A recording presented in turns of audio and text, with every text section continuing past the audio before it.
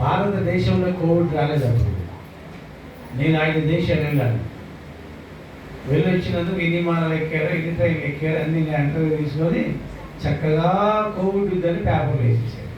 నాకు కోవిడ్ లేదు, గవర్నమెంట్ వలికిపోయింది. ఒక పాస్టర్ గారు ఇతర తీసుకున్నారు, కోవిడ్ వచ్చేసి నన్ను అందరూ పెట్టి చెప్పేసుకున్నారు.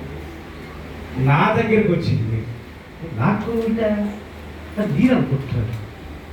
అప్పుడు నేను వెంటనే కౌంటర్ ఇచ్చాను, కరుణామయుడి దగ్గరికి వెళ్ళాను, నాకు కరోనా రాలేదని చెప్పాను. రంపచోడ డిఎస్పి గారు, అలాగే రంపచోడవరం ఎడిషనల్ డిఎంఎండ్హెచ్ఓ గారు ఒక విలేకరికి అన్నారు, నేను కోర్టు అని చెప్పబోదు కన్నా ఈ ఎడిషనల్ డిఎంఎండ్హెచ్ఓ గారు కూడా వెళ్ళి బతుకులాడుకున్నాడేమో ఆ విలేకరి మళ్ళీ చెప్పారు రెండోసారి టీవీలో. మొత్తానికి సువార్త డబ్బు లేని పని అయిపోయింది. నాకు చవర వేసే గడిగా. అందుచేత ఈ తక్కువ సమయంలో కొన్ని మాటలు చెప్పి మీకు ముగిస్తాను. కారణం కూడా మీ పాస్టర్ మాంగారు అనుకుంటారు. ఆయన చాలా నీతిమంతుడు. ఆ పాస్టర్ గారు నాకన్నా పెద్ద ఏజ్, నన్ను స్పీకర్గా పిలుచుకొని తాటాకీలు అంటే మీ పాస్టర్ గారు నాన్నగారు అరుగు మీద కూర్చున్నాడు, నాకు కుర్చీ చేశాడు.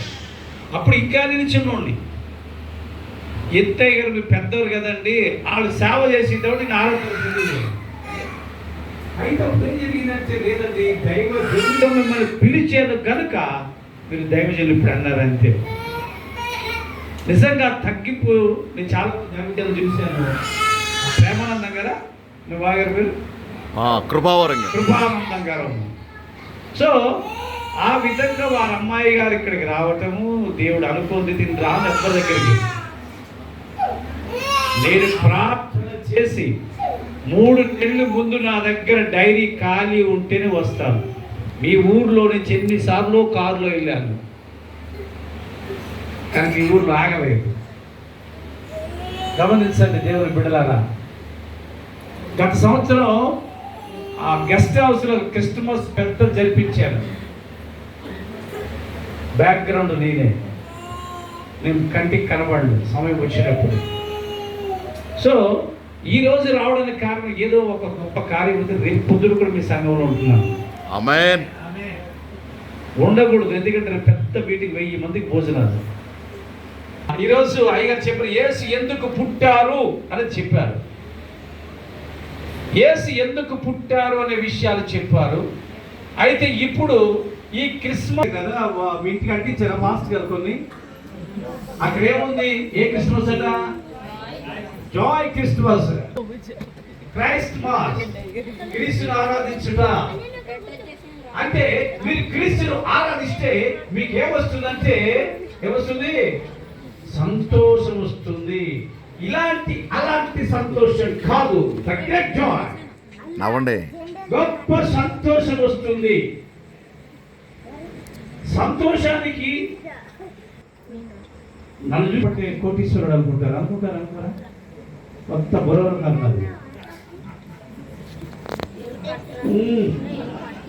నా కోట్లు ఉన్నాయి తెలుసా మీకు? ఏ కోట్లు? ఏసుకుండే కోట్లు.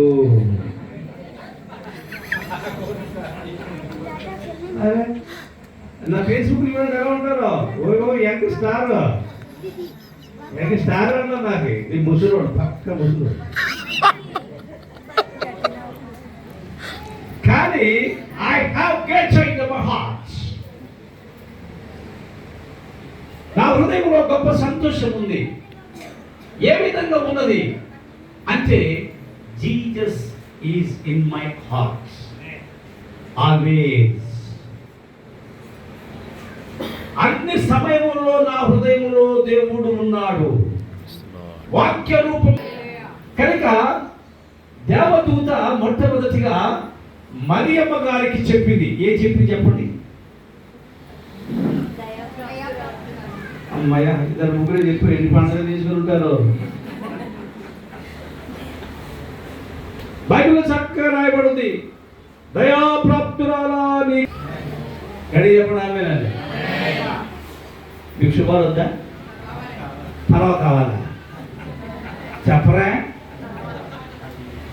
పలవ మీకోసం చక్కగా రెడీ చేసేది ఏం ప్రాబ్లం లేదు. మీకు శుభము కావాలి, మీకు రక్షణ ఆనందం కావాలి. The Joy of salvation.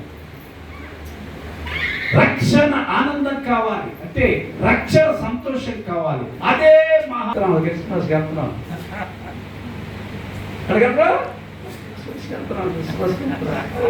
సంతోషం. అక్కడ ఊరు అంటారు, పప్పలు అంటారు, డాన్స్ కూడా. ఈ మహా సంతోషం పోయి గ్రేడ్ తక్కువైపోతుంది, సంతోషంలోకి వచ్చేస్తుంది. అందులో ఏమన్నదంటే రక్షణ సంతోషం పోతుంది, లోక సంతోషం వస్తుంది. క్రిస్మస్లో నేను చిన్న ఉద్యోగం చేయను. ఐసీఆర్లో జెనెటిక్స్ అండ్ బ్రీడింగ్ సెక్షన్లో కొత్త వంగడాలు పుట్టించే అసిస్టెంట్ సైంటిస్ట్ని ఫుడ్. కానీ అది దట్ ఈస్ నాట్ కరెక్ట్. అది మంచిది, అది మంచి సంతోషము కాదు. ఈ కోటు ఇంకోసారి వేసుకొని 10 సార్లు వేసుకొని ఇది అంతా కూడా బోత్తాలు ఊడిపోతాయి. అవే సంతోషాలు. పండుగలో స్పెషల్ ఉండాలి. పండుగలో స్పెషల్ ఏంటో తెలుసా? యేసుక్రీస్తు స్పెషల్. ఆయన అంటున్నాడు ఆమెతోటి, దయా ప్రార్థనలు శుభమని దేవదూత చెప్పినాడు. వెలుగెత్తి దూతెత్తి మానవుడుగా లేదేంటి అని భయపడ్డది. ఈయన ఆ ప్లేస్ దగ్గరికి వెళ్ళాను. చెప్పబడండి. ఎక్కడ దేవదూత వచ్చి ఆ యొక్క మరియమ్మతో చెప్పిందో ఆ స్పాట్ లో నేను వెళ్ళి చూసి వచ్చాను. హల్లెలూయా. లోకాలను మర్చిపోయిన అక్కడికి వెళ్ళి ఆ స్థలంలోకి వెళ్ళినప్పుడు మాకు మహానందం వచ్చేసింది, మహా సంతోషం వచ్చేసింది.